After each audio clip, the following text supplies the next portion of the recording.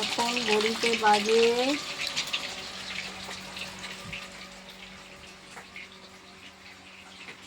8:45। এরই মধ্যে আমাদের এই দেখুন ভাত লেগে গেছে, মাছ ভাজা হয়ে যাচ্ছে, আলু দিয়ে তরকারি হয়ে যাবে। কারণ কালকে সোমবার ভোটের রেজাল্ট, তাই সবার আজকে কাজ আছে। আমার মাস্টারির সবার কাজ আছে, তাই রান্না বান্না হয়ে যাচ্ছে। উনি খাবার নিয়ে চলে যাবেন। আজকে আর বেশি কিছু রান্না হবে না, আবার কালকে যা হবে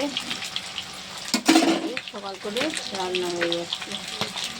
এই শুধু মাছের ঝোল আর ভাত হবে।